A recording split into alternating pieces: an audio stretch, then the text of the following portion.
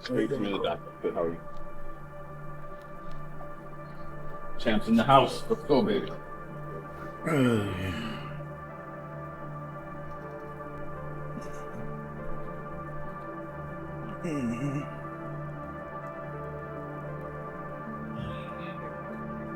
What? 30 seconds. Got a beautiful left hook. I like the way you prepared before, just like that, Mike. Just one. Exactly. How can I touch you? Explode body shots. Beautiful. He can find you. He cannot find you. There he is. Just like that. Beautiful. Eyes on him. You can't handle your arm. Beautiful cross. We 15 seconds. Good. Beautiful combination, Mike. Your head after your last one. Tyson's training footage doesn't look like nostalgia content. It looks like a heavyweight storm being rebuilt in real time. Now you good. You got it, Bill? I want to chill. Got a box. Stay hydrated. You gotta stay hydrated. You gotta stay hydrated. I want to box more round. You got to box round. You're done Friday. Stay in for Friday, man. Huh? You know you can do 10 girls like that. So what's the you know you can. You know you can. I need boxing. That's my thing. You know, so Yeah. That's cool for your head. I need the boxing. That's what I got to do. I got to box. Warn them up.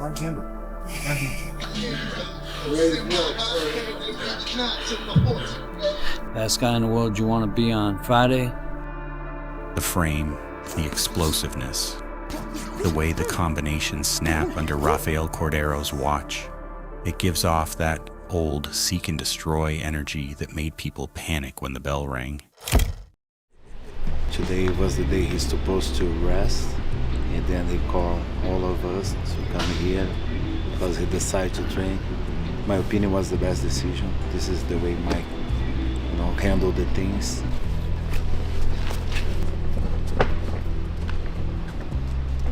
So what, like you want to move?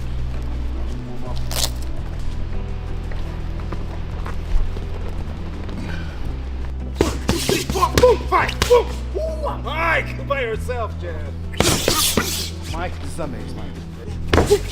Roll 3. Woo! Puta que pariu! Excelente, Mike. Excelente. We're good, Mike. Excelente pra distância. Smoke that joint they go to gym. Here we are. Yeah, you know? Here we are. He's devastating, man. 5, 4, 3, 2, and 1. The level of the game invents itself. People that participated add to it. Floyd may have the perfect record and the defensive genius label, but Mike carrying that history of 44 knockouts is the psychological factor nobody can ignore, because that kind of power isn't just physical, it's intimidating even before a punch is thrown. Distance! Nice distance. Nice one, Mike. Nice one, Mike. Nice one, Mike. 5, 6, 4, Mike.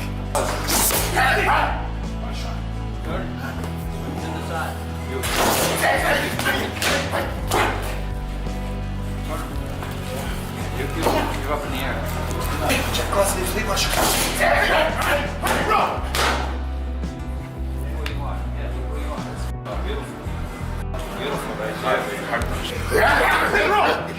Nice one, Mike. Nice one, Mike.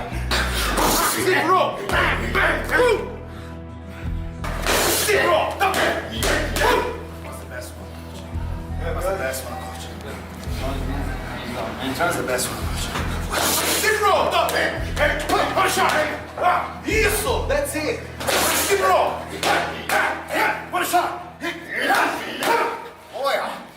The contrast is almost cinematic. Floyd the master mover, the ring general who survives by precision and angles, versus Tyson the pressure machine who thrives on closing distance and detonating short, brutal shots. And here's where it gets fascinating.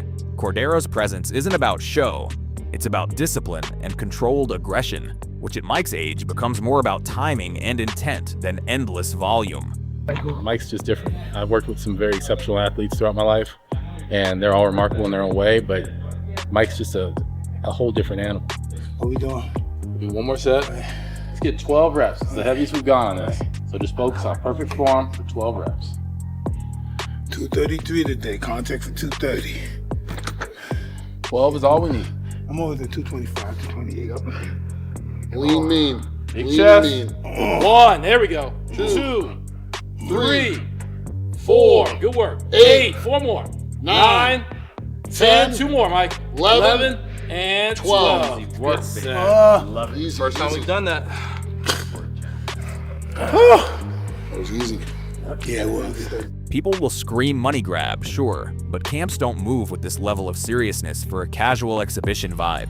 When legends train like this, pride quietly replaces promotion. Suddenly, it's not just about paydays anymore.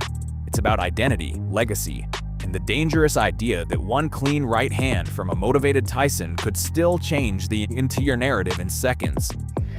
Only 12, that's all we want. To the middle. 1, 2, 3, A little slow on the way down. 4. There we go. 9, one more. And slow. 10. No problem. Great set. Best set yet. Final round. Last one, Mike. Nice and strong. 30 times. Let you go. 1, 2. Here we go. 3, 4. Nice. 5. Yes, sir. 6, 7. Strong. 8. Strong. 9. Got this. We go. 2, 3, 4, 5, 6, 7. Let's go. 8, 9. One more. And up. Nice work, Mike. That monstrous Tyson training aura we just talked about suddenly runs straight into Evander Holyfield's calm, almost understated reaction. And honestly, that contrast is fascinating because Holyfield isn't yelling dominance. He's quietly pointing at the elephant in the room, size. When Evander casually says it's kind of different size-wise, I'm immediately like, that's the most polite way to describe a heavyweight puncher versus a defensive welterweight genius in the same sentence. He doesn't dramatize it, he just grounds it in reality. Tyson is naturally the bigger man, and in boxing physics, mass plus power equals tension no matter the era. One of the greatest of all time, Evander Holyfield. Mike Tyson announced he's fighting Floyd Mayweather in 2026. What do you think of that fight overall? Well, kind of different, the size-wise, by, Tyson heavyweight, and I think weatherweight. Right. So it's. Is it a real fight? Do you think? Do you think fans should take it serious? Is it a real fight, Mayweather Tyson? I couldn't think it was real. Because the fact of the matter, he's a lot bigger than the guy, so the weight makes a difference. But what really catches me is when he questions if it even feels like a real fight, because that line subtly shifts the narrative from spectacle hype to competitive legitimacy. It's almost like Holyfield is analyzing the matchup as a fighter first, not a fan of the headlines. At the same time, his tone doesn't dismiss the intrigue, it acknowledges the mismatch dynamic while still respecting the names involved. And that's where things get layered. You've got Tyson's pressure identity, Floyd's survival mastery, and now a legend like Holyfield framing it through pure size logic instead of emotion. No theatrics, just experience talking. Yet here's the twist colliding in my head. Skill can neutralize size, but size only needs one moment to matter. So when Holyfield keeps it simple, he's actually delivering a heavyweight level truth in the most composed way possible. Wait, hold up. Are you saying you got Tyson? I got Tyson. You got Tyson over Mayweather? That's huge. Well, I just got Floyd because he's younger, 10 years younger, fast, elusive. Yeah, but I hear bigger punching, man. You don't get toe up. Really? Well, of course. So if Tyson lands on Floyd, Floyd's going down? Yeah. But so when he fought Jake Paul, some fans, they weren't too impressed with Tyson's performance versus Jake Paul. Do you think you'll have a better one versus Floyd? I just think if they compete, you're gonna get. I like that. Holyfield's calm size-based logic about heavyweight reality versus smaller technician brilliance suddenly gets flipped on its head the moment Ariel starts sounding genuinely unsure the fight is even real. And that shift is wild because now we're not debating styles, we're debating existence. Ariel literally saying he looked at the announcement and thought, I didn't think it was real, instantly injects skepticism into a narrative that was running purely on spectacle momentum. And I'm sitting here thinking, that's a journalist brain kicking in, not a fan brain. Then he brings up the promoter confusion and the missing details. No date, no venue, no structure. And suddenly the whole mega event aura starts looking less like a locked-in clash and more like a public temperature check. That testing the waters angle he hints at? Low-key one of the sharpest takes so far, because in modern boxing, announcements themselves can be marketing probes before the fight even becomes concrete. You don't think it happens? I do not think it happens. I just don't think there will be enough interest. I know they have huge name value. There's zero, after the last performance by Mike Tyson against Jake Paul, I don't think there's going to be interest in seeing Mike Tyson do that again. I think if this match was made on the heels of Mike Tyson versus Roy Jones Jr., I think this would be blockbuster. I think people would be falling over themselves to consume this. After the Jake Paul version of Mike Tyson, I don't think anybody's going to be interested. Tyson will be close to 60 by the time this happens. And Mayweather has been out of the spotlight for a lot longer now. Yeah.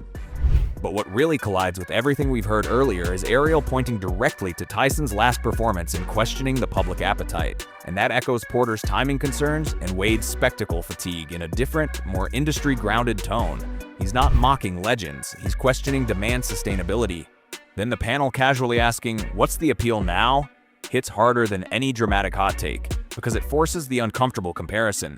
Roy Jones nostalgia worked, Jake Paul curiosity worked, but Floyd versus an almost 60 Tyson, that's a different emotional equation. At the same time, Ariel admitting he'd rather see Floyd versus Manny again over this matchup adds another layer of commercial logic clashing with legacy intrigue. And the funniest contradiction? They doubt the interest, yet they still dissect it for minutes straight. That alone tells me the name gravity of Tyson and Mayweather still bends the conversation orbit. Even when skepticism is loud, logic is cautious, and certainty about the fight actually happening feels shakier than the headlines suggest. Also, even if it does happen, it's just like, who really cares? Yeah. Like, it's not them at their highest level. It's an exhibition.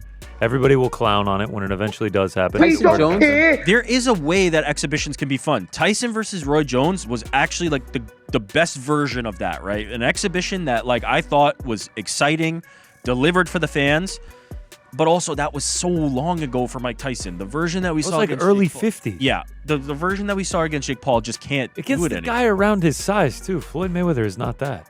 Roy's pretty small, but So no, not as small as Floyd though. Yeah, Roy fought at heavyweight at one time. Yeah.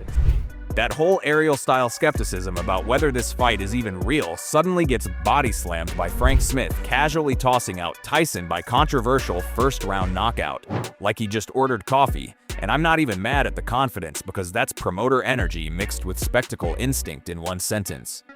You can hear him praising young prospects, future stars, long-term development, calm, composed journeys for 18 and 19-year-olds, and then boom.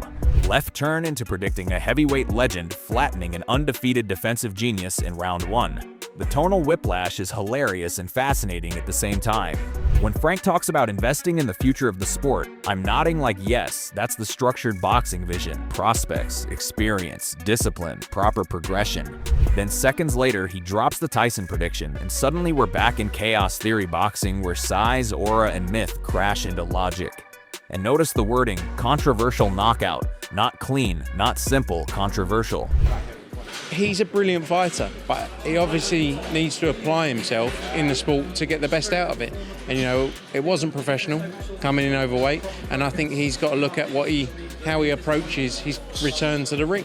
You know, because boxing isn't a sport where you can cut corners. And I'm not saying he did, but you know, the weight it doesn't help him in these kind of nights. But a great fight, and respect to both of them for that. Which low-key acknowledges the exhibition weirdness Porter hinted at earlier in the uncertainty Ariel questioned. That's not just a prediction, that's narrative anticipation. I'm also catching how casually he frames heavyweight fights as always risky, which accidentally feeds the Tyson narrative because when a naturally bigger puncher exists, risk math changes instantly. But here's where my brain splits. Analytically, Floyd's survival IQ is legendary. Theatrically, the image of Tyson landing early is the exact storyline promoters know fans visualize. It's like realism and spectacle arguing mid-sentence. One side says timing, age, speed, logistics. The other side says one moment, one burst, one iconic shock. And the funniest part? Frank sounds more composed discussing teenage prospects than he does dropping a first-round Tyson chaos prediction. That contrast alone sums up this entire matchup. Structured boxing logic on paper, unpredictable legend, energy and imagination, and the audience stuck right in the middle pretending we won't watch if it actually happens. Mike Roy was super interesting. It was in the, very kind of early stages of the pandemic. Yeah. 8 months in, but, we were still kind of dark and depressed at that point. And like Tyson hadn't fought, it was nostalgic, it was Roy. Okay, so I got the appeal. I got the appeal of Jake because he was so much younger and he's, a novice compared to Tyson. I don't know. Okay, now what's the appeal here? So after all the training footage, Holyfield's size logic, Ariel's skepticism, and Frank Smith casually predicting first-round chaos like it's a weather forecast, we're left in this strange boxing paradox where logic says this matchup is bizarre, but legacy says you're still watching. One second we're analyzing sparring intensity and Rafael Cordeiro's discipline, the next we're questioning if the fight even materializes, and somehow both conversations feel valid at the same time. Tyson's aura screams danger, Floyd's IQ screams survival, and the business side quietly whispers mega event regardless of age, weight, or realism. That's the real collision here. Not just two legends, but myth versus mechanics, nostalgia versus practicality, spectacle versus competitive purity, all arguing in the same ring before the bell even rings. And let's be honest, fans act like analysts in interviews but turn into spectators. The second iconic names get announced, that's just boxing psychology 101. You doubt it, you critique it, you debate it, and then you still tune in, because legacy gravity is undefeated. Now I want to know where you stand on this. Does Tyson's power and size actually create real danger? Or does Floyd's defensive genius make this a tactical masterclass instead of chaos? Drop your take in the comments, let's really talk about it. And yo, don't ever forget to like, share, and subscribe to Boxing Headquarters. See you in the next one.